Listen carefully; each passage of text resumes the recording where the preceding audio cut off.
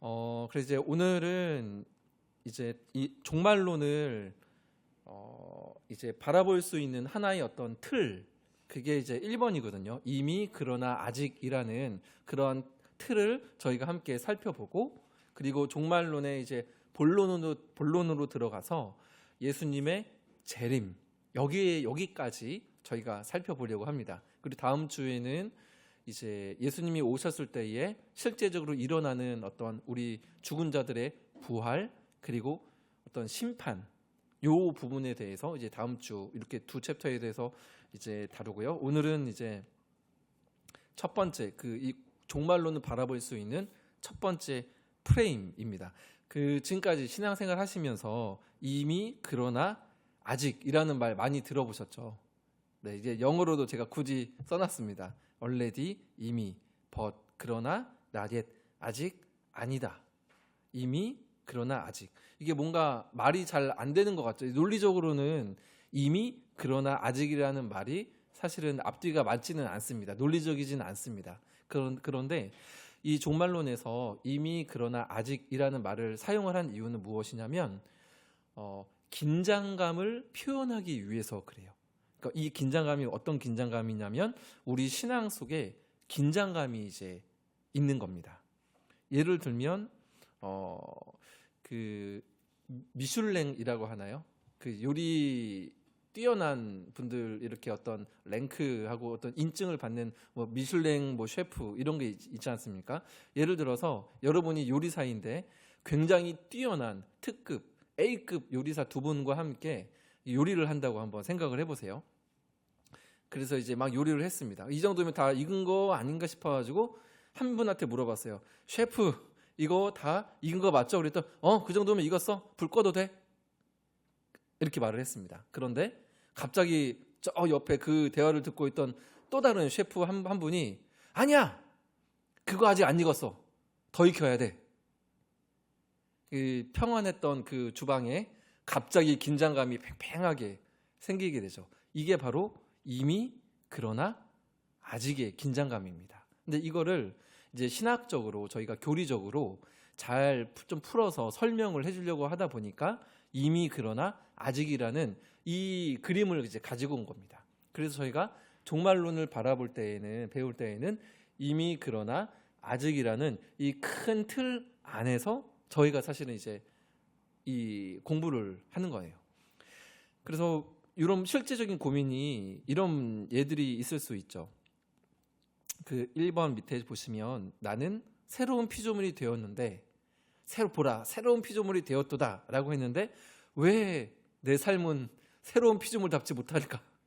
이 고민 아마 아무리 못해도 한 번 이상씩은 다 해보셨을 거예요. 그리고 또 예수님은 천국이 가까이 왔느니라, 이미 왔다, 천국이 가까이 왔다, 이미 너에게 임했다 라고 했는데 우리 주변을 바라보면 천국은커녕 지옥과 같아. 막 전쟁이 일어나고 사람과 사람이 사람을 해치고 이런 일을 보면 이 천국이 아닌 것 같아요. 이런 부분들을 어떻게 우리가 이해를 할 수 있을까? 이 또 키워드가 되기도 합니다. 이미 그러나 아직이라는 말이. 그리고 이 말이 또 성경적인 근거를 가지고 또 만들어낸 사실은 그런 신학적인 틀이거든요. 1-1번에 보면 이미의 성경적인 근거입니다. 이 부분들을 한번 같이 읽어보면 좋겠는데요. 마태복음 12장 28절인데요. 같이 한 번만 읽겠습니다. 그러나 내가 하나님의 성령을 힘입어 귀신을 쫓아내는 것이면 하나님의 나라가 이미 너희에게 임하였느니라. 그러니까 예수님께서 성령을 힘입어서 귀신을 쫓아내셨죠. 근데 쫓아낸 것이 맞다고 한다면 하나님의 나라가 어떻게 임했다고 합니까? 이미 너희에게 임한 것이다. 그래서 성령으로 말미암아 귀신이 쫓겨나는 것이다. 그러니까 이미 하나님의 나라가 임했다. 임이라는 말은 완전히 과거형인 거잖아요. 그죠? 이미 임했다라는 겁니다. 하나님의 통치와 다스림이 임했다 라는 말이고, 이러한 것을 뒷받침하는 구절이 많이 있습니다. 근데 제가 이제 두 구절만 가지고 왔는데, 두 번째는 제가 한번 읽어볼게요. 내가 진실로 진실로 너희에게 이르노니 내 말을 듣고 또 나 보내신 이를 믿는 자는 영생을 혹시 이건 어떤 단어는 아니고 연결하는 부분인데, 네, 맞습니다. 얻었고입니다. 영생을 얻었고 심판에 이르지 아니하나니 사망에서 생명으로 옮겼느니라. 얻었고 옮겼느니라. 둘 다 미래 시제입니까? 현재 시제입니까? 과거 시제입니까? 네, 둘 다 과거입니다. 영생을 이미 얻었다는 거죠. 그리고 사망에서 생명으로 이미 옮겼다는 것입니다. 이미 하나님의 통치와 하나님의 생명은 우리 가운데 주어졌습니다. 확실한 완료형인 거죠. 그런데 성경은 또 동시에 아직도 말을 하고 있습니다. 그 2번이 이제 아직의 성경적 근거인데요. 이것도 일단 가로가 있긴 하지만 같이 한번 읽어보겠습니다. 그뿐 아니라 또한 우리 곧 성령의 처음 익은 열매를 받은 우리까지도 속으로 탄식하여 양자될 것 곧 우리 몸의 속량을 기다리느니라. 우리 몸의 속량을 기다리느니라. 이미 우리가 생명을 얻었지만 아직 뭔가를 기다리고 있다라는 말인 거죠.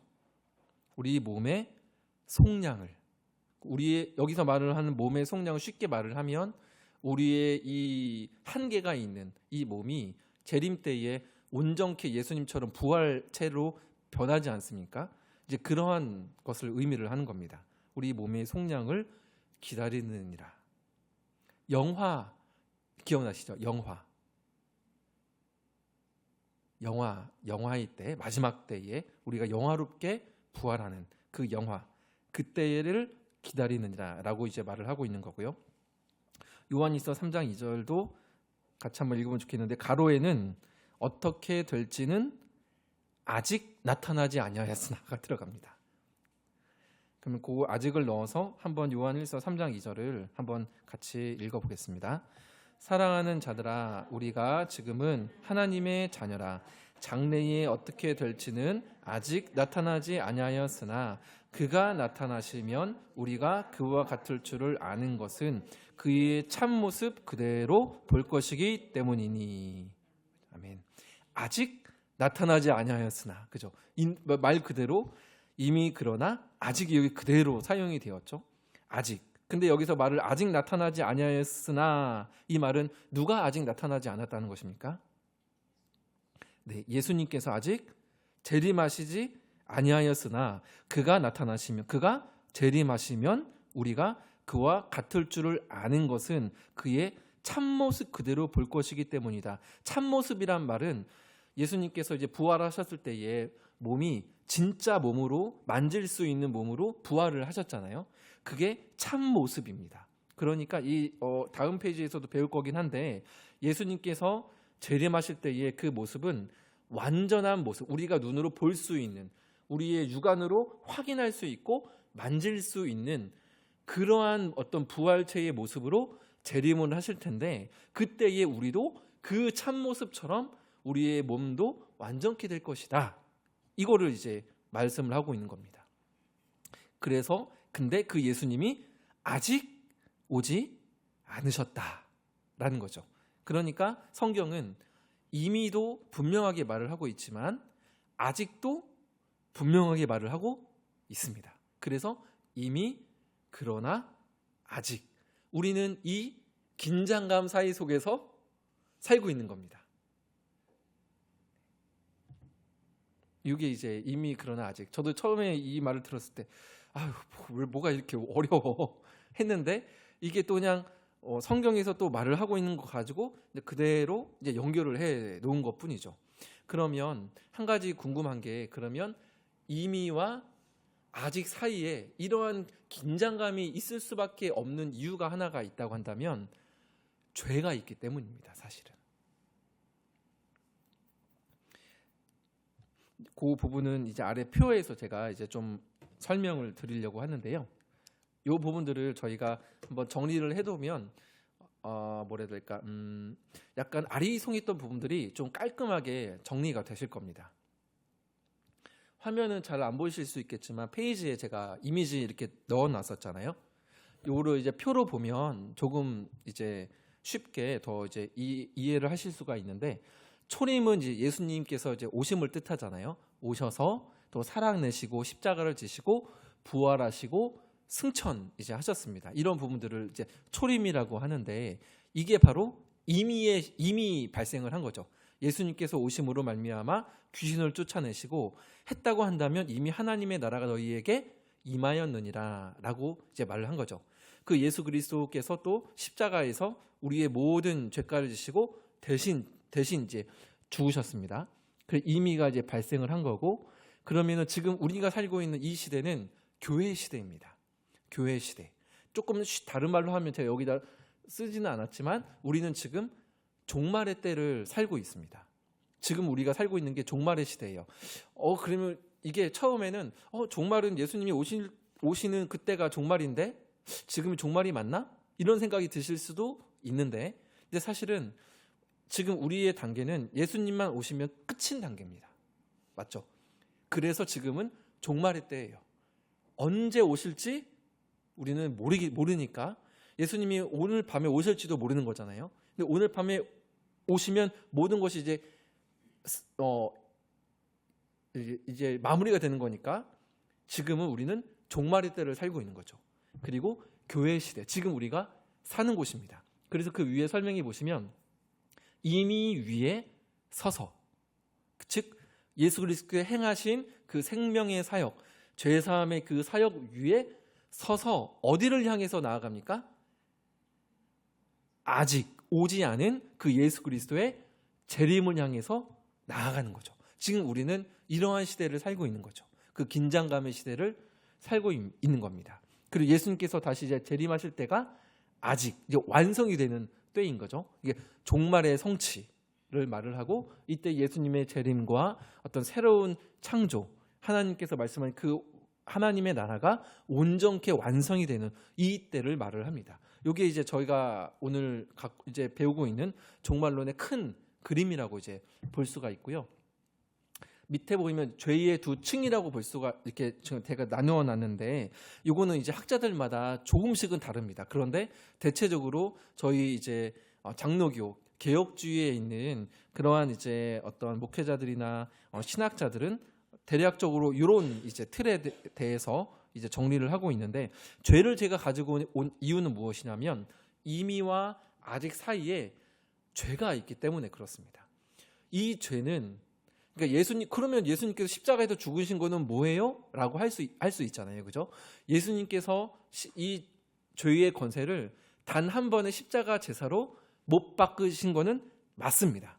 그래서 그 표에 보시면 첫 번째에 죄의 책, 죄책, 이거에 대해서는 어떻습니까? 상태는 완전히 해결됨입니다. 완전히 해결됐, 완전히 못 박힌 거죠. 맞죠? 죄의 책임은 완전히 해결이 되었습니다. 그리고 그로 말미암아 우리의 의롭다 칭한 것도 완전하게 어떻게 됐습니까? 완전히 이루어진 겁니다. 완전히 이루어졌단 말이죠. 근데 그 두 번째 칸에 죄의 세력, 다른 말로 조금 하면 죄의 경향성은 잔재해 있는 거죠. 남아있는 겁니다. 예를 들어서 이런 예가 적절할지는 모르겠지만, 기차가 영원한 죽음을 향해서 가고 있습니다. 근데 예수님께서 거기에서 이제 브레이크를 딱 하고 거셨죠. 거셔서 이제 기차는 멈추지만 앞으로 계속 가던 이 경향성이 있지 않습니까? 이 경향성이 남아있는 겁니다. 또는 이러한 예도 들어보셨을 거예요. 사납게 날뛰는 개가 있습니다. 근데 이 개가 사단의 어떤 권세, 죄라고 이제 예를 들어보면, 예수님께 오셔서 그 개를 잡아서 전봇대, 십자가라는 이름의 전봇대에 꽝 하고 아예 튼튼하게 딱 묶으셨습니다. 자, 이거는 확실하죠. 이 개가 나를 와서 나를 물 수 있습니까? 물지 못합니다. 왜요? 전봇대에 묶여 있으니까. 그러나 이 묶여 있는 개가 뭐는 할 수 있어요? 짖을 수 있죠. 그러면은 아이고 머니나 하고 너 일로 와, 그럼 이거 내 하고 갈 수 있는 이런 위험성도 우리에게 있겠죠.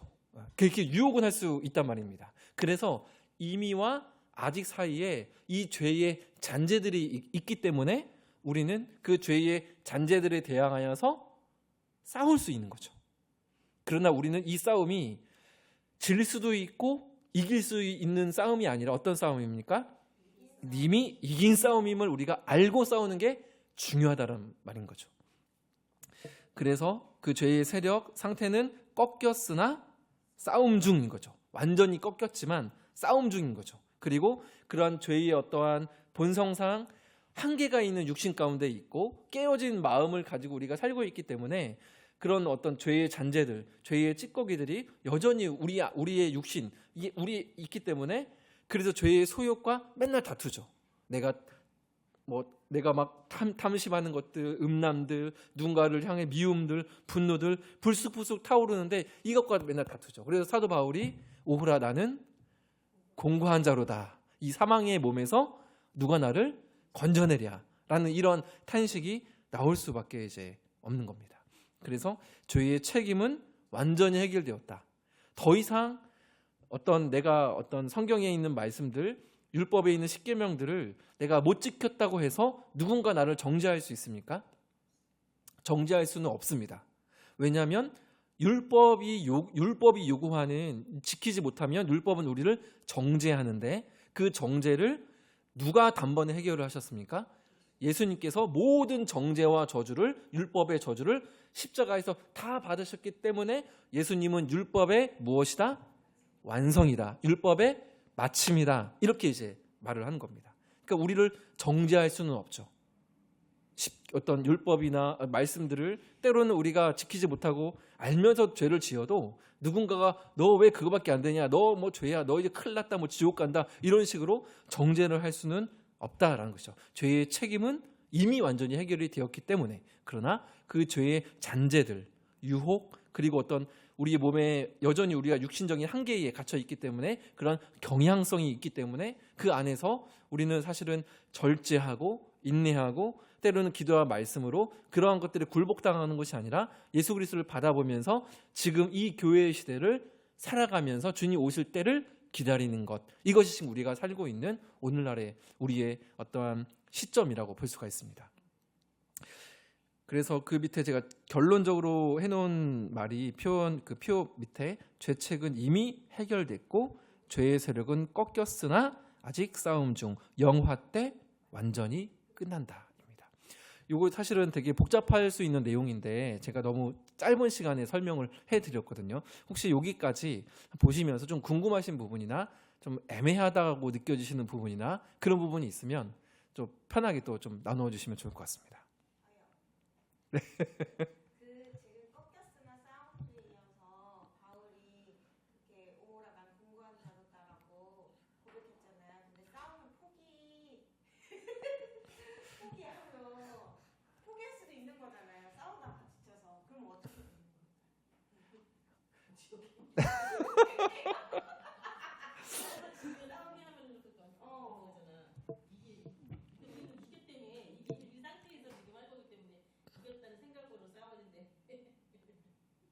싸우다 졌다는 게 죄를 택할 것인가 아니면 예수님을 택할 것인가 이걸 자꾸 이겨나가면 그러니까 죄를 택했다는 게 포기했다는 거고 이겼다는 것은 예수님이 원하시는 길로 성령이 인도하는 길로 참석을 하는 거.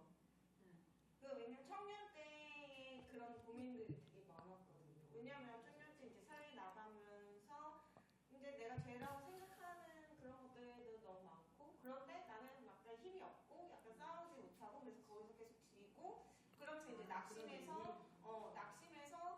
좀 그렇게 이제 믿음을 떠난 친구들도 많고 저도 마음은 낙심했는데 그냥 예배만 나오고 그런 기도적인 신앙생활 그냥 그렇게 하면서도 오랜 시간도 겪고 그냥 타협하고 좀 많이 그러면서 내 안에 불신이 많이 쌓인 것 같아요. 그러면서 나는 그러니까 계속 이제 좀 겉으로만 신앙생활 이런 게 돼버리고 그래서 그러니까 막 내면은 좀 포기한 상태. 마음은 마음은 포기한 상태로 싸움을 포기한 상태로 그냥 타협하면 살아가 생활이 좀 오래 좀 지속이 되니까 좀 무기력해진 것도 있고 그런 것에 대한 좀 그런 궁금하고 해결책이 있을까? 저와 같은 사람들이 또 있지 않을까? 네. 그런 생각이 있어요. 네. 청년들이 좀 많이 있을 것 같긴 해요. 네. 신앙의 연륜이 쌓이면 약간 뻔뻔해진다. 죄송해도 그랬잖아요. 이겼잖아요. 이겨주셨잖아요. 그래서 계속 벌리고 막 들이대는 약간 이렇게 신앙의 연륜이 쌓이면 뻔뻔해지는 거야. 그렇게 되면 또 이기는 거야. 이기고 그래서 이기고 또 이기고 이긴 자 거기다 붙이는 거지. 약간 보태면 이제 그냥 뻔뻔함만 하면은 이게 조금 이제 좀 그러니까 뭐라 해야 될까? 뻔뻔한 은혜라고 해야 되나? 되는 것 같아요. 뻔뻔한 의미. 너무 괴로워.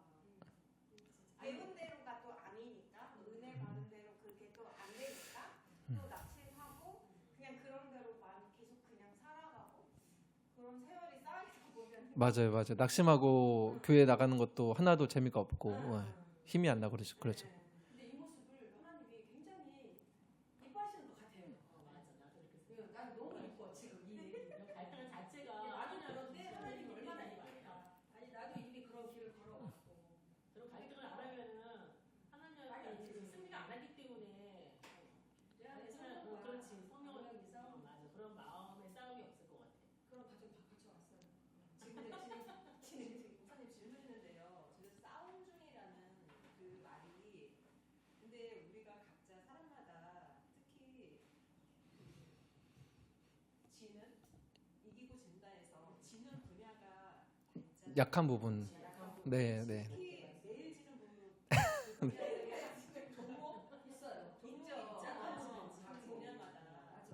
근데 매번 거기에 약해서 지잖아요. 근데 지는데 또 하나님 앞에 또 하나님 또 이렇게 했습니다라고 고백하고 하나님 이렇게 여기서 이길 수 있게 도와주세요라고 하는 게 싸움 중인 걸까요? 그럼 이미 진 걸까요? 그러면 그 분야는 진 걸까요? 그 종목은? 그좀 약간 애매모호한 것 같아요. 싸움 중이라는 어떤 거가 싸움 중이라는 건지. 네. 아니면 지지 않고 아등바등 막 이렇게 하는 거가 싸움 중인 거지. 이미 매일 지는 거는 지는 거잖아. 완전히 돌이키지 않은 거는 지는 거잖아. 저 근데 이제 약간 좀 저는 이제 싸움증이라는 거를 때로는 지기도 하고 이기기도 하고 이거를 좀 이제 큰 그림으로 저는 일단 이해는 하고 있기는 하거든요. 그렇게 이해를 하고 있기는 한데 근데 이제 이게 어떻게 보면 그냥 이상적이라고 해야 되나? 딱 이제 원론적이고 이론적인 부분이기는 한데 저희가 이제 나누었었던 것처럼 그러니까 우리의 승리는 나의 의지나 나의 어떤 처절한 기도 생활 이런 거에 이제 달려 있는 거는 아니잖아요. 그러니까 내가 죄에 대항하여서 싸워서 이길 수 있는 존재가 내가 아니다라는 것을 저는 알게 되었던 것 같아요. 저도 청년의 때에 물론 지금도 뭐 어떤 특정 죄의 문제 때문에 예전처럼 그렇게 고민하던 부분들은 지금은 크게 많지는 않기는 하거든요. 근데 과거에는 저도 주영 성도님 말씀해 주신 것처럼 계속 이제 넘어지고 그런 것 때문에 자포자기 했었던 적도 있었었고 근데 저는 이제 그때에 뭐 나누었었던 이야기이긴 하지만 그래서 내가 왔다라는 그런 어떤 성령의 감동이 저를 사실은 이렇게 나 이제 교회 못 나가겠다 하나님의 자녀가 아닌가 보다 할 정도로 낙심해 있는 상태에서 그래서 내가 왔다라는 그 성령의 감동이 저를 살게 했거든요. 그렇다고 한다면 물론 이거 좀 원론적일 수 있지만 내가 이제 지더라도 근데 진짜 패배는 혹여나 내가 죄의 어떤 유혹에 넘어져도 거기에서 회개하지 못한 상태로 지속이 되는 게 좀 지는 게 아닐까? 그러니까 회개를 할 수 있다면 근데 회개를 한다는 건 결국에는 내 안에 선한 것이 아무것도 없습니다. 나는 죄인이 맞습니다. 그래서 주님 당신이 필요합니다라고 나에게 초점을 맞추는 것이 아니라, 저희 어제도 복음 중에 한 것, 나에게 초점을 맞추는 것이 아니라 예수님을 바라봅니다. 그럼에도 불구하고 예수님을 바라봅니다라는 이 과정 자체가 싸움의 과정이다. 저는 이렇게 이해를 하고 있어요. 혹시 좀 더 이렇게 좀 이야기 좀 나눠주실 분이 있을까요? 혜영 지사님 혹시 좀 약간 정리가 좀 안 되신 부분들 편하게 또 이야기 나눠주셔도 괜찮을 것 같아요. 저도 여기 한번 저도 이기려고 하다가 이제 악습들 있잖아요. 자기 잘못된 그런 것들 고치려고 하다가 너무 안 돼서 너무 안 돼서 그냥 하나님께 두 손도 들고 그냥 하나님 저는 안 됩니다. 그랬을 때 좀 평안이 오고 좀 마음이 정리가 되고 그랬을 때 좀 한 발자국 나가는 것 같거든요. 가족을 사랑하고 싶은데 너무 안 돼서 그 미워하는 마음이 막 너무 올라와서 하나님 저는 안 됩니다. 그냥 저는 사랑을 못하는 사람입니다. 그냥 그렇게 고백했을 때 좀 자연스럽게 마음이 평안이 오고 뭔가 내가 억지로 하려고 사랑하려고 막 하지 않아도 그 자연스러운 마음도 주시기도 하고 이러는 것 같더라고요.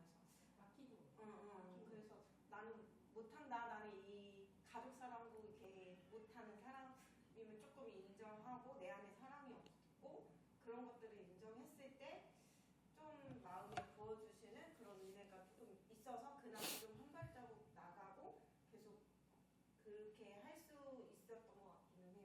근데 그게 그렇게 된 지도 얼마 안 됐어요. 그 싸움 중에 이기는 거예요. 맞아. 이기면서 이기는 가는 거예요. 거예요. 그게 싸우면서 싸우지만 이기면서 가는 거예요. 하나님 예수님 바라보면서. 너무 예쁜데요. 근데 그게 또 잘 될 때가 있고 그냥 또 내 힘으로 해보려고 할 때도 막 있고 이제 뒤죽박죽 하면서 가는 것 같아요. 그게 싸움 중인 것 같아요. 그러니까 이게 뭔가 이제 계속 그 부분에 대해서 근데 이게 저도 이제 뭐 이렇게 자세하게 말을 하려고 하니까 너무 복잡해지게 되는데 어쨌든 저에게는 사실은 나에게는 소망이 없다. 그게 일단 제가 내린 결론이긴 했거든요. 그러니까 그러니까 다윗 왕 같은 사람도 그렇게 끔찍한 죄를 이제 지었잖아요. 그러니까 병사들은 다 전쟁 나갔는데 자기 혼자 그 성 위에서 그냥 한가롭게 이렇게 있다가 그 유혹에 넘어진 걸 보면 그러니까 죄에 대해서 자유할 수 있는 사람은 아무도 없다. 그래서 저는 그냥 회개하고 또 넘어지기도 하고 하는 그 과정 자체가 나중에 이제 훗날 마지막에 가서 이제 보았을 때에 결국에는 그게 이제 싸움을 한 것처럼 또 보여지지 않을까? 네. 혹시 관련해서 혜영 지사님 아까 여쭤보신 거에 관련해서 또 좀 혹시나 그래도 잘 뭔가 이렇게 이해가 안 된다라든지 그런 부분들이 있으면 또 편히 좀 이야기 나눠주시면 좋을 것 같아요. 반복적으로 계속 지속적으로 생각이나 마음으로 짓는 네, 제가 네네네네. 이제 낙심되는 마음이 생기는 거예요. 왜 이렇게 개선이 안 될까 이 부분은. 근데 지금 이제 말씀하신 부분들이 저는 이해가 되는 것 같아요. 나의 의지를 내려놓고 내 의지를 내려놓고 그래서 자포자기하는 게 아니라 성령님이 그냥 마음대로 바꿔주실 거야가 아니라 그 고백이 좀 있어야 되는 것 같아요. 나는 이렇게 연약하고 형편없는 하나님 앞에 그런 사람입니다라고 하면서 내려놓고 의지하는 거. 그 네네네. 의지하는 거. 그 과정도 있어야 돼요. 그냥 늘 이렇게 저놓고 하는데 뭐 이렇게 고백. 제 마음 편하자고 또 그렇게 하는 그 회개가 아니라 우리가 정말 배운 그 회개가 아니라 그냥 제 마음 편하자고 네. 했던 것들인데 그리고 지금 목사님께서 다윗이 다들 전쟁에 나가서 장수들 싸우고 있는데 한가하게 목사님 네네네네. 한가하면 안 되나 한가함 속에서 또 이 생각으로 짓는 것들 너무 그 한가한 게 근데 바쁘다고 나를 안 지는 것도 생활 속에서 오는 그 질성도 네, 그런 것도 있어요. 분명히 네, 있다고 네. 생각이 들었어요.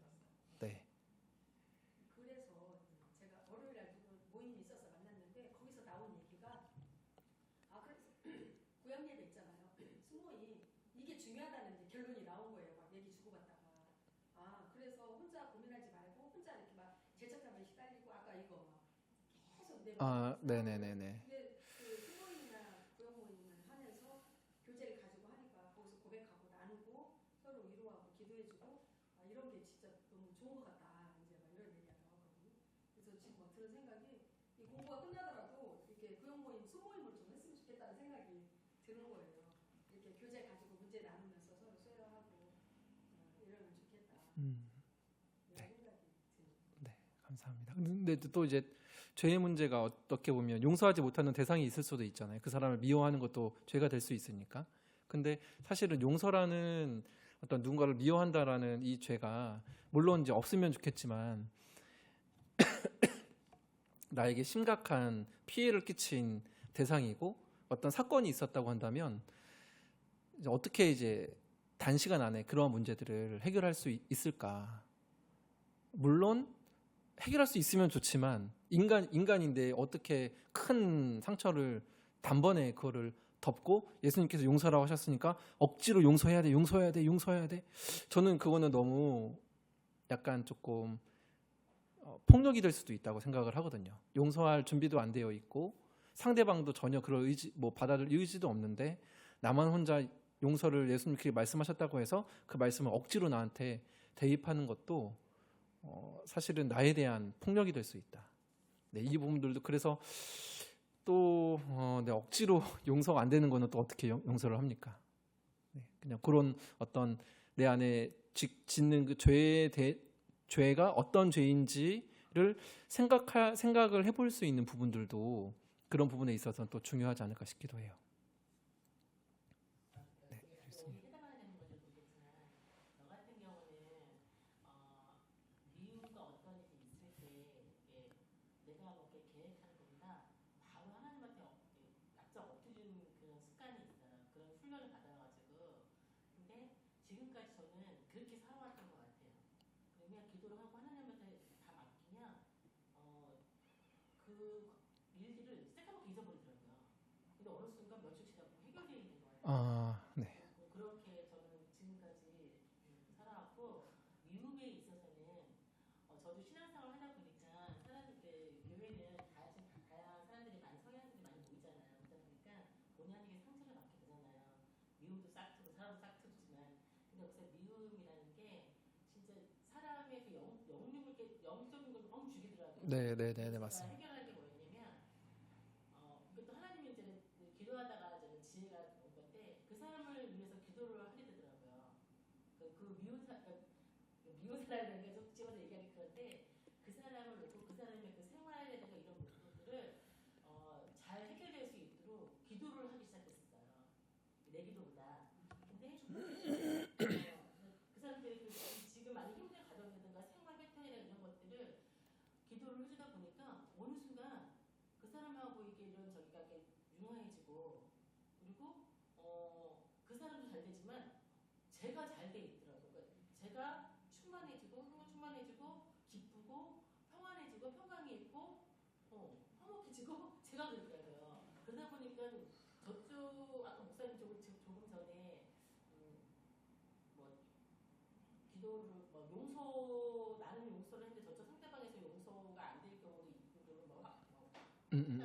했잖아요. 지금 생각해보면 이게 잘못인지 알지 모르겠는데 그러다 보니까 저쪽 사람도 약간의 그 부드러움이 좀 있어지는 것 같고 그랬던 것 같아요. 그렇게 해결했던 것 같아요. 네. 기도 모르겠어요. 그냥 기도가 제일이었던 것 같아요. 납작 엎드려서 내가 해결하려고 맡긴 거네. 그렇죠. 온전히 맡긴 거네. 제가 해결하려고 하다 보니까 이게 중간에서 사단이 막 이렇게 떠들어가지고 맡긴 거네. 이게 그냥 막 더 안 좋아지더라고요. 이게 나는 그렇게 바란 게 아니고 상대방에서는 다르게 해석해서 받아들이고 그러다 더 격해지고 그래서 저는 대화하고 이런 것보다 그냥 기도했어요. 그 사람을 보기 위해서 기도를 했어요. 평화를 위해서 기도했던 것 같아요. 저는 누구한테 상처를 만약에 제가 받았다. 언짢은 일 생각해도 예전에는 한 일주일 그냥 불을 보고 끝나서 요새는 한 이틀, 3일? 이때만 좀 감정에서 이렇게 죽는 거예요. 그래서 제가 물론 하나님 앞에 이제 기도도 하고 또 지혜도 구하고 이렇게 제 마음을 이렇게 다스리기도 하지만 너무 그 감정의 그 마음 상에 있는 기간이 짧아졌어요. 정리가 빨리 됐다고 할까? 네. 근데 제가 어느 날 그 생각을 나이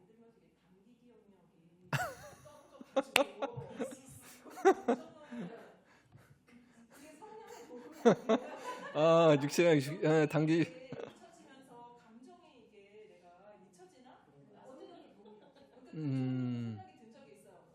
내가 성격이 이게 이렇게 금방 이렇게 정리가 될 그게 아닌데 좀 정리가 빨리 되네? 감정이? 근데 이게 내가 주말할게요. 성령 도움일까? 아니면 내가 이게 단기 경력이 좀 무뎌진 걸까? 기능이 떨어져가지고 그렇게 되는 걸까? 뭐 요 생각도 약간 네네네네네. 이제 한편으로는 그런 생각이 들더라고요. 저도 비슷한 생각 한 적 있습니다. 최근에도 이제 뭐 하다가도 아내랑 저랑 이제 뭐 이렇게 뭐 다투거나 이런 거의 없거든요. 거의 안 다투는데 우리가 왜 이렇게 안 싸울까? 서로 싸울 힘이 없어서 안 싸우는 게 아닐까? 네, 그런 이야기도 이제 했었었는데, 하여튼 네. 그리고 이제 어제도 사실 이제 저희 주영 선도님이랑 남편 되신 또 노희명 집사님이랑 그 지금 세가족 과정 하고 있거든요. 근데 거기에서도 그런 어떤 죄의 문제들, 내 마음의 우상의 문제들을 해결할 수 있는 방법이 뭐냐? 뭐 우리가 기도를 해서 뭐 회개기도, 하나님 뭐 절대로 다시는 그 죄를 범하지 않겠습니다. 이거는 율법적인 회개이죠. 왜냐하면 나는 절대로 다시는, 이거는 복음적이지 않아요. 이거는 율법적인 거죠. 왜냐하면 내가 죄를 이기고 내가 아직도 내 안에 선한 어떤 나에게 가능성이 있다라는 의미이니까요. 그래서 저도 예전에 하나님 절대로 제가 다시는 그 행동을 하지 않겠습니다라고 했지만 일주일 지나서 그 행동을 또 하고, 하나님 정말 다시는 안 하겠습니다. 또 하고, 다시는 안 그래, 또 하고, 그게 반복이 되면 어떻게 되죠? 회개를 잃어버리게 됩니다. 나는 하나님의 자녀가 아닌가 보다. 그러니까 다시는, 절대는, 이거는 우리 성도와는 어울리지 않는 회개의 내용인 거죠. 그리고 진짜 회개는 나에게 초점이 맞춰져 있는 것이 아니라, 하나님 맞습니다. 나는 죄인입니다. 내가 그러한 죄를 범했습니다. 그래서 나의 소망 되시는 예수님을 의지합니다. 나를 용서해 주세요. 이게 복음적인 회개고 성경적인 이제 회개인 거죠. 여기 한 가지만 더 거기서 나아가면, 그런 죄를 멀리할 수 있는, 이게 원론적이긴 하지만 가장 좋은 방법은 하나님을 더 사랑하는 거죠. 하나님을 사랑하면 죄로부터 자연스럽게 멀어질 수밖에 없는 거죠. 아마 충만한 은혜를 경험하신 때가 있으실 거예요. 근데 그때를 생각해 보면 정말 은혜가 충만하니까 어떠한 다른 것들, 내가 이렇게 뭐 집착했던 부분들이나 미워했던 부분이나 이런 부분들이 다 이렇게 놓아지게 되고 넓어지게 되고 했던 경험들이 있으시잖아요.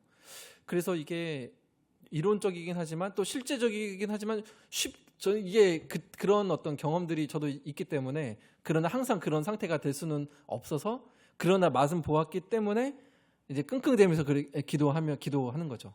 하나님을 더 친밀하게 누리게 되면 어떤 여러 가지 중독과 집착과 죄로부터 멀어질 수 있으니까. 그러니까 내가 죄를 끊어내야지, 내가 이겨야지, 이게 먼저가 아니라 회개해서 내가 하나님을 더 가까이 해야지, 하나님을 더 가까이 하는 것이 죄를 멀리할 수 있는, 어떻게 보면 가장 유일하면서도 가장 중요한 비결이 되는 거죠. 우리 안에는 선한 능력이 없으니까, 죄를 이길 수 없으니까, 죄를 이미 이기신 예수 그리스도를 누리고 가까이 하면 할수록 죄는 자연스럽게 멀 수밖에 없다. 네. 일단 요 부분 이렇게 저희가 정리를 하고, 또 관련해서는 저희가 또 식사하면서 또 계속 나누면 좋겠습니다. 그래서 이제 그 3번 1-3번에 보시면 종말론은 죄의 문제가 완전히 해결된 이후를 다룬다. 네. 해결된 이후를 다룬다. 그러니까 예를 들면 재림, 죽은 자의 부활, 이런 부분들을 이제 저희가 다루게 됩니다. 그리고 이제 종말론이 이미 그러나 아직에서 이미 그리고 이제 완전히 새롭게 되는 그 때를 이제 공부를 하는 거잖아요. 그래서 긴장이 해소되고 완성된 그 때를 공부하는 것이 종말론입니다. 그러니까 이 종말론이라는 게, 종말하면 뭔가 부정적인 이미지, 비관적인 이미지를 저희가 떠올리기 쉬운데, 저희가 배우는 이 조직신학에서 종말론은 그 굉장히 낙관적인 거죠. 왜냐하면 예수님께 다시 오셔서 우리의 모든 억울함과 어떤 아픔과 눈물을 다 닦아주시고 우리의 연약한 몸이 온전케 돼서 예수님과 만나게 될 그 영화롭게 될 그 날이기 때문에 이거는 전혀 비관적인 게 아닌 거죠. 낙관적인 거랍니다. 그래서 이 결론 부분에 보시면 종말론은 모든 것이 끝난다는 비관론이 아니라 모든 것이 완성된다는 낙관론인 겁니다. 이게 저희의 입장인 거죠. 그래서 정말 어떻게 막 무섭다, 두렵다, 막 덜덜덜 떨는 이게 아니라 소망하는 거죠. 온전케 될 내 눈물을 닦아주실 그 날을 소망하고 기대하는 낙관적인 것. 이것이 저희가 배우는 종말론입니다. 그리고 그 구절 하나가 있는데요. 디도서 2장 11절에서 14절 이 부분이 있는데 저희가 지금까지 나누었던 이 종말론을 이 구절에 굉장히 잘 다루고 있습니다. 제가 한번 천천히 읽어볼게요. 한번 눈으로 따라와 주시면 좋겠습니다. 모든 사람에게 구원을 주시는 하나님의 은혜가 나타나. 이미는 제가 넣은 겁니다. 이거는 하나님 은혜가 나타났다라고 했는데 무엇을 지칭할까요? 네, 초림. 네, 예수님을 뜻하는 거죠. 하나님의 은혜가 이미 나타났다는 거죠. 그리고 우리를 양육하시되 경건하지 않은 것과 이 세상 정욕을 다 버리고 신중함과 의로움과 경건함으로 이 세상에 살고. 여기가 무슨 시대입니까? 교회 시대. 지금 시대입니다. 그죠? 경건함으로 이 세상을 살고.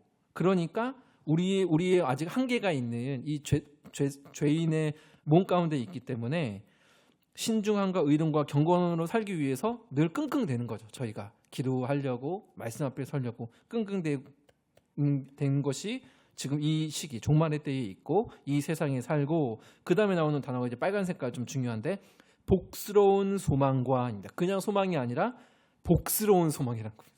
복스러운 소망. 이런 단어가 저는 여기 있는지는 처음 알았습니다. 복스럽다라는 말이 성경에 있어요. 그죠? 근데 이 말을 조금 더 자세하게 설명을 드리면 원문에서는 행복한, 복된, 행운의, 럭키 이런 의미가 담겨 있는 단어가 복스러운이라는 뜻입니다. 복스러운 소망과. 그러니까 종말의 때가 예수님 다시 오실 그 재림이 비관론적 어떡하지 두려워 이게 아니라 복스럽다는 거죠. 행운이고 행복하고 복된 소망이라는 겁니다. 복된 소망과 우리 크신 하나님 구주 예수 그리스도의 영광이 나타나심을 어떻게 하셨으니? 기다리게 하셨으니. 아직인 거죠. 이미 그러나 아직. 그리스도의 영광이 나타나심을 기다리게 하셨으니 그가 우리를 대신하여 자신을 주심은. 여기서부터 같이 읽겠습니다. 모든 불법에서 우리를 속량하시고 우리를 깨끗하게 하사 선한 일을 열심히 하는 자기 백성이 되게 하려 하심이라. 아멘. 임의의 근거와 목적이 되는 거죠. 우리를 구원하신 이유. 선한 일을 열심히 하는 하나님의 백성이 되게 하려 하심이라. 이게 임의의 근거와 목적이라고 볼 수가 있습니다. 디도서의 이 임의 그러나 아직의 이 구조가 그대로 다 사실 들어있어서 너무 이렇게 설명드리기 좋은 말씀이라서 좀 가지고 와봤습니다. 그리고 결론적으로는 말씀드렸던 것처럼 낙관론이다. 근데 이 결론 부분 한 번만 같이 한번 읽어보면 좋겠습니다. 같이 읽겠습니다.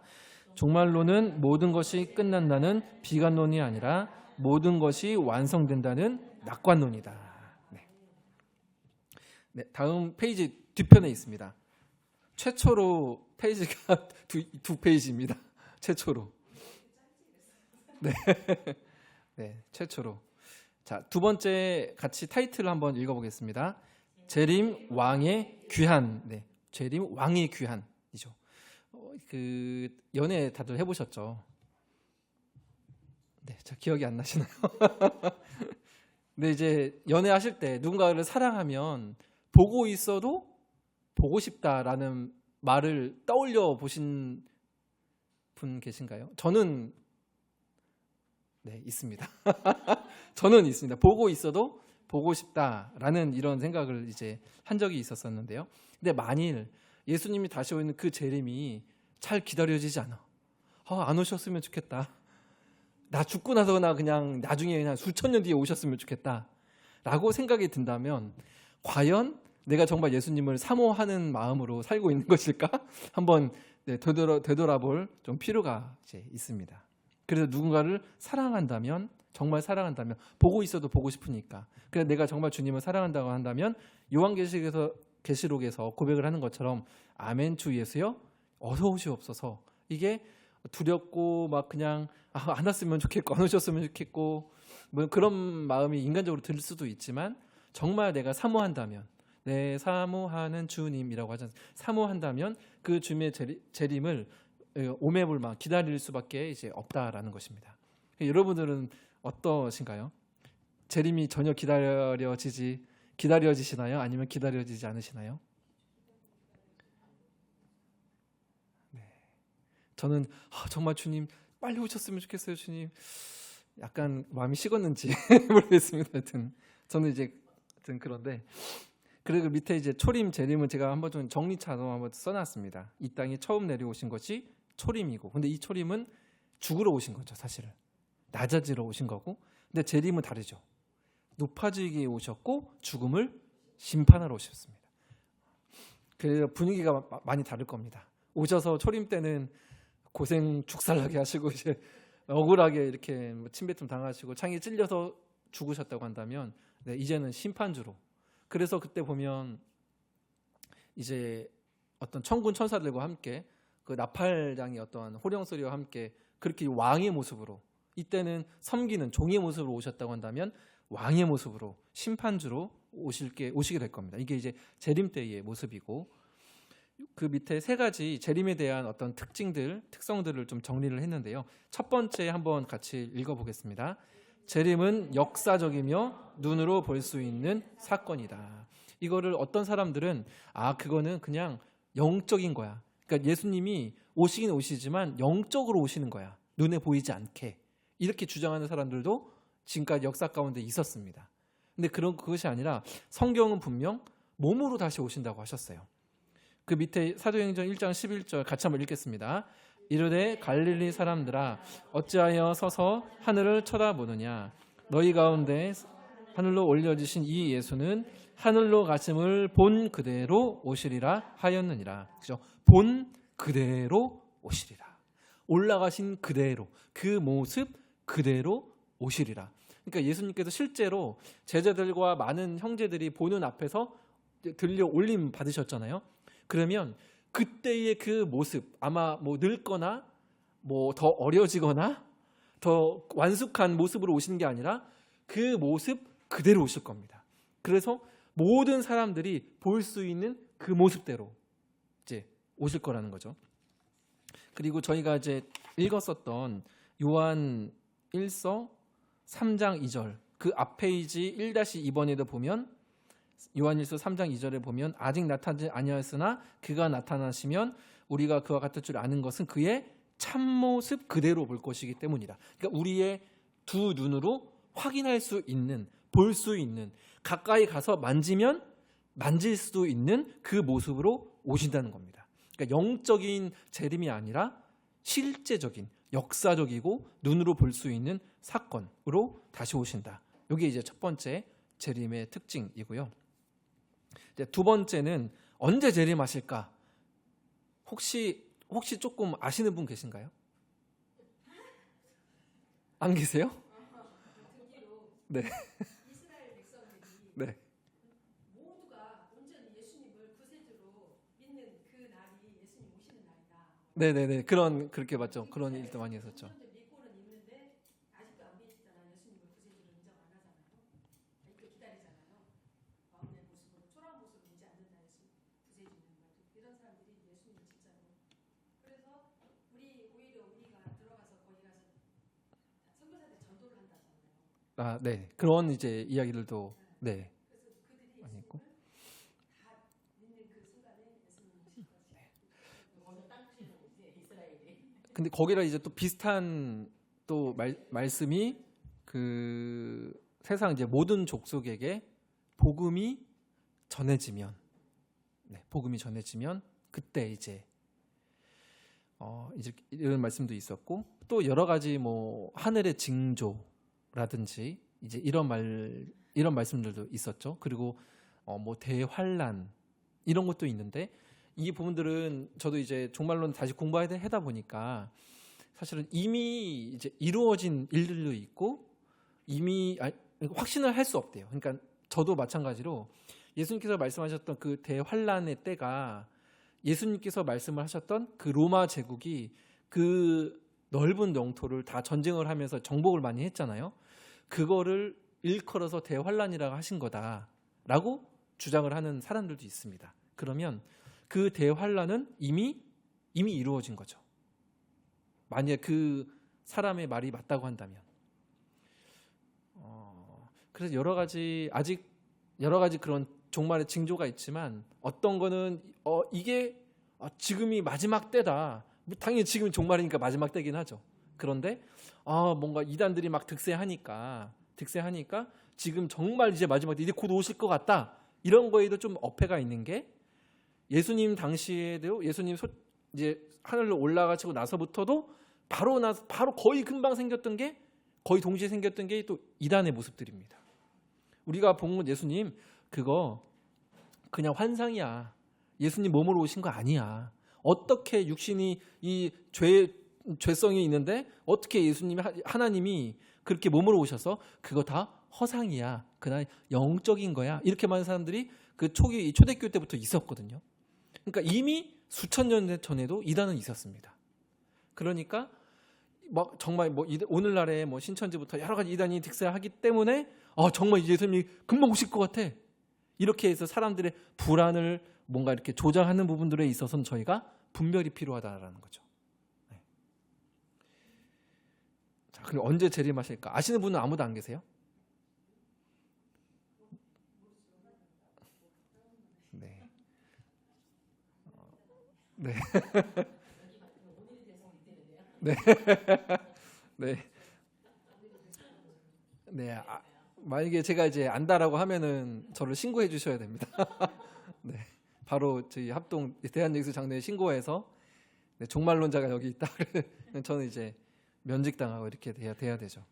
근데 이제 언제 재림하실까는 그 때와 시는 누구만 안다고 하셨습니까? 오직 아버지만 안다라고 했습니다. 아무도 알 수 없죠. 그렇지만 그 재림의 특성이 단번에 갑자기가 이 재림이 갖고 있는 이거의 사실은 특성입니다. 우리에게 굳센 믿음이 하나 있어요. 어떤 믿음이 있는지 아십니까? 내일은 절대로 안 오신다. 예수님이. 굳센 믿음입니다. 근데 이게 굳센 믿음입니까? 잘못된 믿음인 거죠. 우리의 믿음은 내일이라도 오실 수 있다. 이게 진짜 우리의 사실은 믿음이 되어야 되는데 우리가 그거를 잊고 살 때가 너무나도 많이 있죠. 그렇다고 한다면 사실은 우리는 영적으로 본다면 이게 굉장히 많이 졸고 있는 사람들일 확률이 이제 많이 있다. 이제라는 것이고요. 마태복음 24장을 한번 좀 찾아볼까요? 단번에 갑자기 과연 그러한가? 네, 마태복음 24장 44절입니다.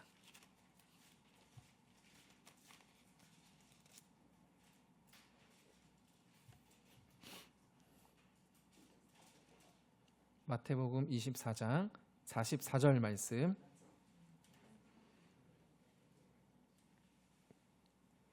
네, 같이 한번 44절 같이 읽겠습니다. 이러므로 너희도 준비하고 있으라. 생각하지 않은 때에 인자가 오리라. 포인트는 무엇입니까? 생각하지 않은 때에이죠. 갑자기, 단번에. 그리고 요한계시록에 아멘 주 예수여 어서 오시옵소서라고 하잖아요. 이 말도 빠른 시일 내에 오시옵소서라는 말보다는 요한계시록 전체를 보면 그 우리가 예기치 못한 때에 오시옵소서가 맞습니다. 이제 정말 오실 거 시간적인 의미가 아니에요. 그러니까 네, 이거 제가 말을 하다가 꼬일 것 같아서 더 이제 말은 안 하겠는데 도둑 비유를 많이 쓰잖아요. 재림에서 성경에도 말을 하잖아요. 그러니까 도둑이 나 진짜 곧 갈 거야 너네 집에 이렇게 말을 하는 도둑은 없죠. 근데 도둑의 마음은 뭡니까? 네가 예기치 못한 때에 갈 거야. 이게 도둑이잖아요. 근데 예수님께 쓰신 비유는 도둑의 비유입니다. 그러니까 시간적으로 막 정말 내일, 모레, 2026년, 28년, 30년 이거는 이제 잘못된 종말론 쪽으로 갈 확률이 많은 거고, 우리가 생각하지 못할 때에 갑자기 오실 수 있다는 것이 우리가 종말을 대하는 옳은 자세라는 거죠. 갑자기. 그래서 이제 우리에게 있는 굳센 믿음, 오늘만큼은 재림이 없을 거다라는 이 믿음, 잘못된 믿음인 거죠. 그래서 재림을 먼 미래처럼 생각하기 쉽다. 틀린 말은 아닙니다만, 하지만 동시에 재림은 오늘이 될 수 있다. 그리고 실제적으로 아시겠지만 나의 육신의 생명이 언제 어떻게 될지는 아무도 모르잖아요. 오늘 제가 운전해서 가다가 교통사고 나서 여러분 안녕히 계세요 하고 먼저 소천할 수도 있습니다. 먼저 죽을 수도 있습니다. 그건 아무도 가능하지 못하는 거죠. 갑자기 그렇게 될 수 있는 거는 아무도 알 수 없습니다. 그러면 3번이 그럼 우리는 어떻게 해야 될까? 사랑하는 사람이 갑자기 올 수 있잖아요.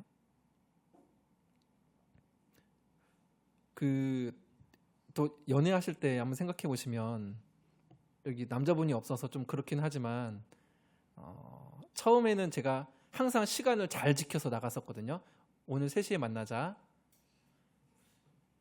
근데 이제 가면서 이제 알게 됐습니다. 뭐를 알게 됐을까요? 정시에 나가면 나는 항상 기다리게 되겠구나. 근데 그 이유가 뭡니까?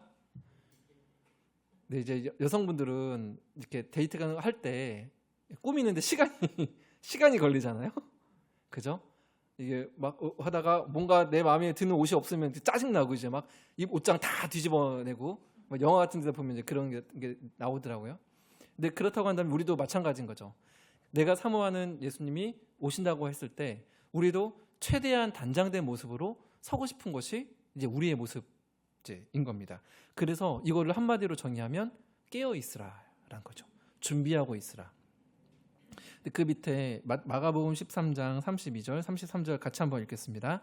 그러나 그날과 그때는 아무도 모르나니 하늘에 있는 천사들도 아들도 모르고 아버지만 아시느니라. 주의하라, 깨어 있으라. 그때가 언제인지 알지 못함이라. 네, 여기서 제가 질문 하나 드릴게요. 네, 요거는 제가 써놓은 거 보지 마시고 저처럼 보시고, 깨어 있어야 된다는 말을 저희가 많이 합니다, 교회에서. 근데 깨어 있으라는 말이 도대체 어떻게 있으라는 말일까? 이게 사실 생각보다 중요합니다. 깨어 있으라. 깨어 있으라. 생각나시는 거 그냥 편하게 나눠주셔도 됩니다. 깨어 있으라. 성경에서 되게 많이 말씀하시거든요. 깨어 있으라, 깨어 있으라, 준비하라. 그 열처녀 비유하면서도 또 말씀도 하시고 많이 말씀하시는데, 도대체 깨어 있으라는 말이 도대체 무슨 말일까?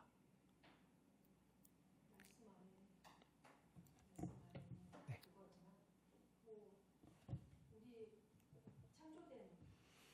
우리 지음받은 목적이 있잖아요. 그때도 예배하고 하나님께 예배하고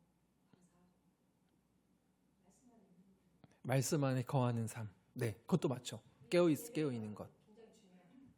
네, 예배가 굉장히 중요하다. 여기 제가 하나만 더 질문을, 그러면 예배가 왜 중요할까요? 하나님께 감사와 영광을 감사 찬양을 하고 올려드리니까. 네네네네.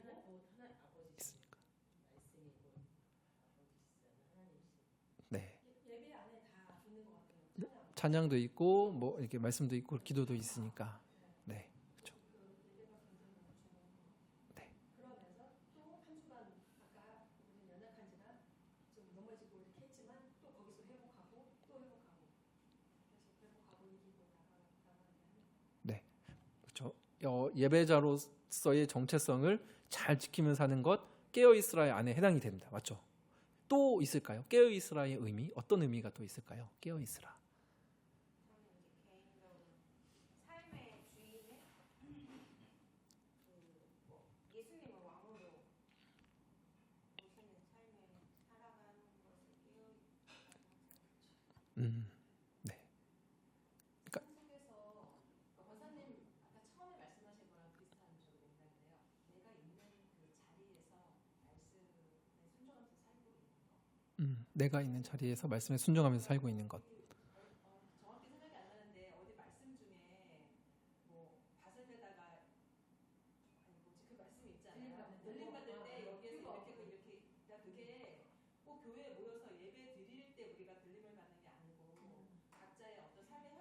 네, 네, 네, 네, 네. 배워가지고 그래서 깨어 있는다는 것은 내가 있는 그 자리에서 말씀에 순종하면서 사는 삶. 네.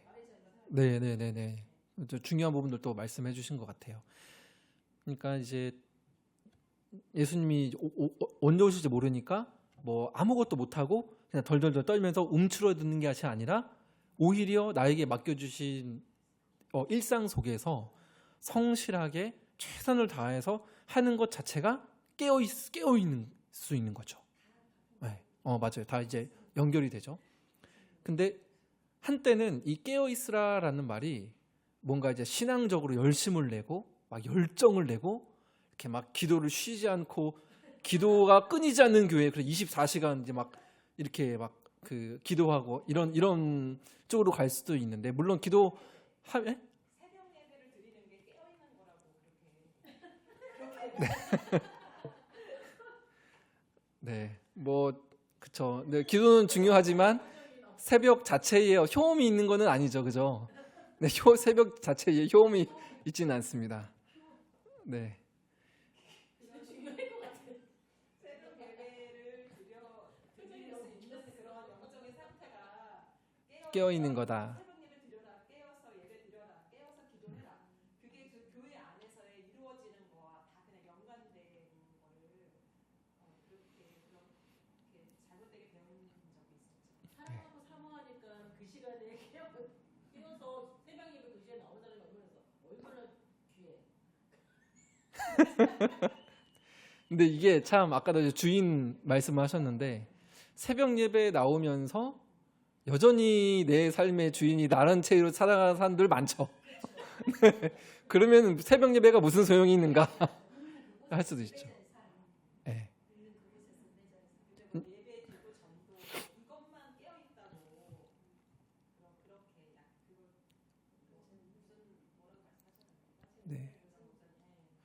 그러니까 이게 어떻게든 극단을 조심해야 될 것 같아요. 새벽 기도는 사실은 저희 한국 교회만 갖고 있는 어떻게 보면 좋은 전통이라 볼 수 있거든요. 나쁜 전통은 아닌 거는 맞죠. 네, 좋은 전통. 저도 만약에 정말 건강하고 새벽 일어나는 게 하나도 힘들지 않고 뭐 나오시는 분들도 뭐 한두 분 계시고 그러면 새벽 기도 할 겁니다. 근데 이제 또 혼자 있고 하다 보니까 새벽을 한다는 게 제가 이렇게 한 2년 해보고 나서 이거 혼자서 하다가는 롱런 하지 못하겠다 싶어가지고 아침 기도회로 이제 사실은 바꾼 거거든요. 네, 이참에 홍보를 하면 9시 기도회 하고 있습니다. 네, 네, 그냥 홍보입니다. 홍보. 네, 화수목금 9시부터 한 1시간 정도 여기서 이제 제가 매일 성경에 따라서 말씀 한 5분 정도 짧게 나누고 10시까지 이제 음악 틀어놓고 개인 기도 이제 하고 있는데, 제가 여기에서 깨어 있어야 한다는 의미를 오해를 조금 안 하셨으면 좋겠다라는 생각이 들어서 이거를 넣었는데, 그 밑에 깨어 있어야 한다의 의미 보면 칼빈이라는 사람이 있잖아요. 기독교 강요라는 그 유명한 교리책을 쓴 이 존 칼빈, 어떻게 보면 저희 이제 장로교회 대부격인 이제 분인데, 이분이 이런 말을 했어요. 그리스도께서 우리에게 깨어 있으라 명하시는 것은 우리가 그분의 오심을 끊임없이 바라보도록 하기 위해서다. 그분의 재림을 잊고 현세에 몰두하는 것이 바로 잠드는 것이다. 그러니까 잊고 있는 거죠. 예수님이 그치. 예수님 자체를 잊고 잊어버릴 수 있는 거죠. 세상 일에 너무 이제 빠지고 세상에서 하는 그 즐거움 자체에 너무 몰입이 되어서 예수님 자체를 잃어버리고 예수님을 마주해야 되는데, 기도가 보이지 않는 하나님을 우리의 마음의 눈으로 보는 게 기도 아닙니까? 그죠? 근데 그런 것들을 잊어버린 채 그냥 세상에 몰두해 있는 거. 세상에 몰두해 있으면 엄청나게 열심하고 부지런하고 바쁠 수 있죠. 근데 예수님을 대하지 않는다면, 바라보지 못한다고 한다면 그 상태가 바로 잠든 것이다. 그래서 제가 내린 결론은 그 밑에 화살표에 보시면 단순히 더 열심히 사는 것이 아니라 어디를 바라보며 살고 있는가가 핵심이라는 겁니다. 핵심은 방향성인 거죠. 그러니까 내가 때로는 조금 힘든 삶을 살거나 바쁜 삶을 살 때도 있고 느린 삶을 살 수도 있지만, 그 모든 상황 가운데에서 내가 예수님을 바라보고 있다고 한다면 깨어 있는 거죠. 근데 예수님을 바라보지 못한다고 한다면 그것은 잠들어 있는 겁니다. 그래서 그 성경은 요 부분만 좀 찾아보고 마무리를 하면 좋겠는데요. 누가복음 18장을 한번 좀 찾아보겠습니다. 요거는 제가 약간만 설명을 드릴 필요가 좀 있어서 누가복음 18장을 한번 찾아보겠습니다.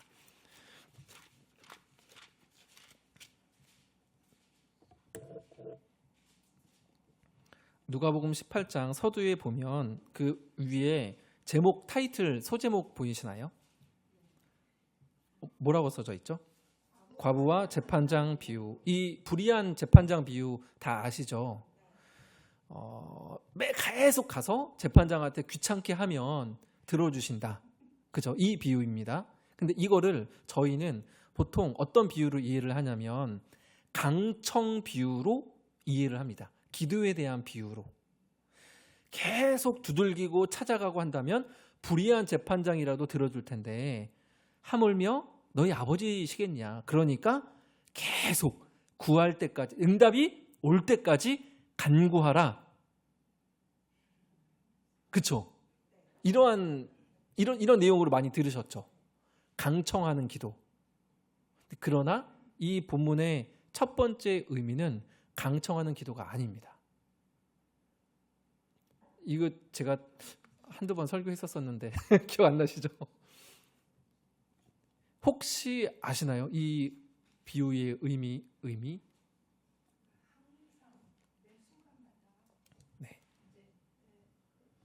제가 이거에 맞는 건 모르겠지만 항상 그러니까 매 순간순간마다 그러니까 의지하고 네네네네. 내가 할 수 없으니까 오직 전능하신 우리 주님 거기에 하나님하고 거기에 초점을 두고 기도하라는 걸로 저는 알고 있는데 네. 권사님 말씀해 주시는 게 제가 또 이렇게 말씀드리려고 했던 것 좀 연결이 좀 되어 있긴 합니다. 네. 일단 기도가 나와 있으니까 기도에 대한 말씀인 것도 맞습니다. 근데 그거는 제가 보기엔 두 번째입니다. 그러니까 기도 자체는. 근데 바라보라고 권사님께서 말씀하신 것과 연결이 되어 있어요. 제가 좀 말씀드리려고 하는 것이 이 불의한 재판장 과부의 비유는 전체 맥락에서 보면 종말의 때에 우리가 살아가야 할 자세에 대해서 말을 하고 있는 게 본문입니다. 증거가 있는데 앞선 부분들을 보시면 바로 앞에 보면 17장 37절 있죠. 이거 한번 읽어주시겠습니까? 그들이 대답하여 이르되 주여 어디 오니이까 이르시되 죽어 믿는 곳에는 독수리가 모이느니라 하시니라. 그리고 그 위에 보면 35절에 두 여자가 함께 맷돌을 갈고 있음에 하나는 데려감을 얻고 하나는 버려둠을 당할 것이니라. 어떤 때이죠? 종말의 때죠. 종말의 때입니다. 그리고 앞서서 26절도 보실까요? 노아의 때에 된 것 같이 인자의 때에도 그러하리라. 인자라는 말이 나왔죠. 인자라는 말이 예수님이 어떤 이야기를 하실 때 주로 나오는 단어죠? 재림입니다. 종말의 때입니다. 종말의 때.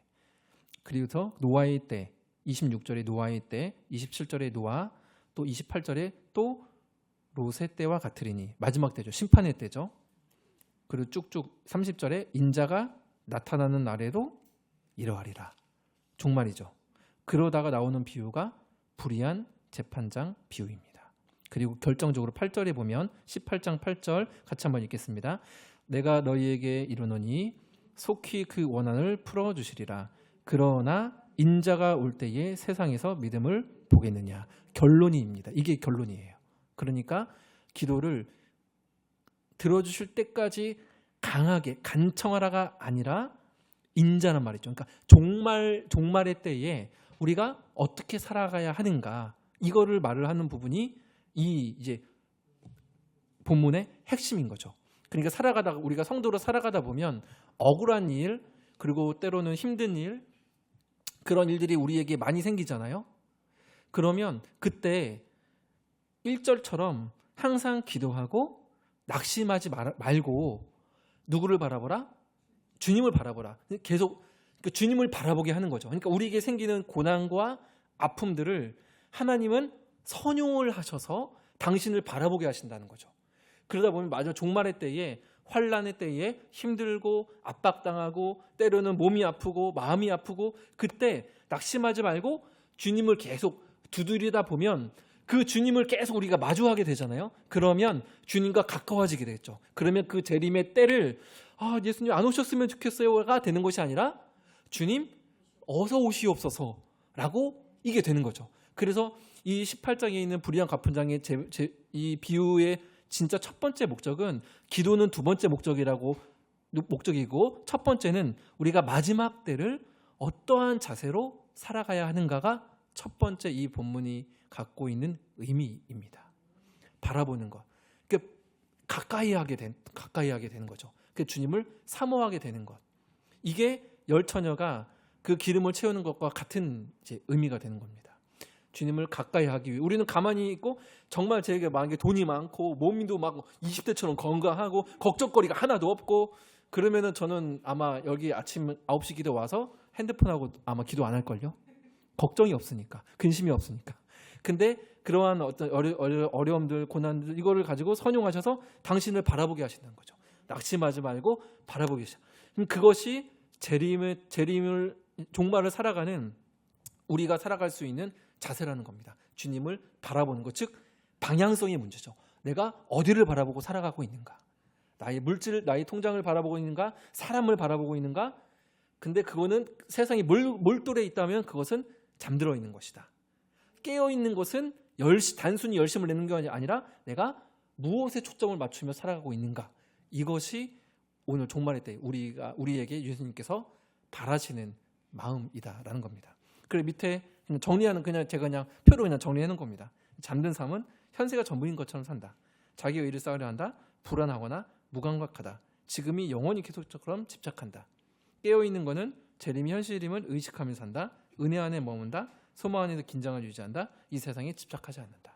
이게 이제 깨어있는 삶이라고 저희가 볼 수가 있을 것 같습니다. 그래서 이번 한 주는 내가 정말 이렇게 좀 깨어 있는가, 그냥 단순히 열심을 내는가가 아니라 내 삶의 방향이, 내 삶의 마음의 눈이 과연 정말 어디를 향하고 있는가, 이걸 한번 점검해 보시는 한 주로 이렇게 지내시면 좋겠습니다.